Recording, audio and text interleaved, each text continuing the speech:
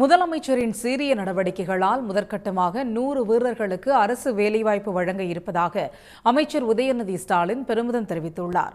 சிவகங்கை மாவட்டம் காரைக்குடியில் கலைஞர் விளையாட்டு உபகரணங்கள் வழங்கும் திட்டத்தின் கீழ் ராமநாதபுரம் மற்றும் சிவகங்கை மாவட்ட மக்கள் பயன்பெறும் வகையில் 874 ஊராட்சிகளுக்கு விளையாட்டு உபகரணங்கள் வழங்கப்பட்டன.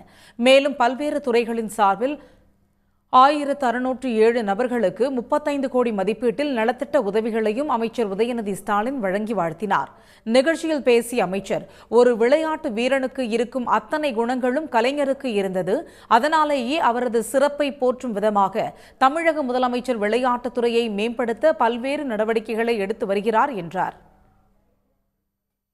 கழக அரசு அமைந்த பிறகு மாண்புமிகு முதலமைச்சருடைய சீரிய நடவடிக்கையின் காரணங்கள் முதற்கட்டமாக 100 விளையாட்டு வீரர்களுக்கு அரசு வேலைவாய்ப்பினை முதன்முறையாக வழங்க இருக்கின்றோம் என்பதை இந்த நேரத்தில் பெருமையோடு மகிழ்ச்சியோடு கூறிக்கொள்கின்றேன்.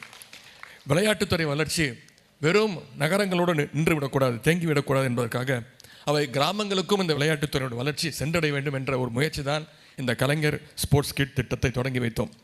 முத்தமிழர் கலைஞருடைய பெயரில் பல திட்டங்கள் இருக்குது. எத்தனையோ திட்டங்கள் இருந்தாலும் விளையாட்டுத்துறை சார்பாக முதன்முறையாக கலைஞர் பெயரால் ஒரு திட்டம் செயல்படுத்தப்படுகிறது என்றால் அது இந்த கலைஞர் நூற்றாண்டு ஸ்போர்ட்ஸ் கிட் திட்டம் தான். கலைஞருடைய பெயரை இந்த திட்டத்திற்கு சூட்டியதற்கு காரணம், ஒரு விளையாட்டு வீரனுக்கு இருக்கக்கூடிய அத்தனை குணங்களும் திறமைகளும் கலைஞர் அவர்களுக்கு இருந்தது. அதுதான் அவருடைய சிறப்பு.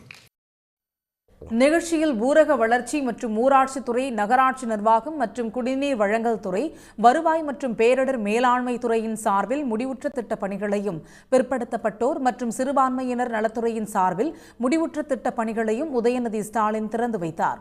விழாவில் அமைச்சர்கள் KR பெரியகருப்பன், RS ராஜகண்ணப்பன் உள்ளிட்ட பலர் கலந்து கொண்டனர். உடனுக்குடன் செய்திகளை தெரிந்து கொள்ள சன் நியூஸ் பெல் ஐகானை கிளிக் பண்ணுங்க.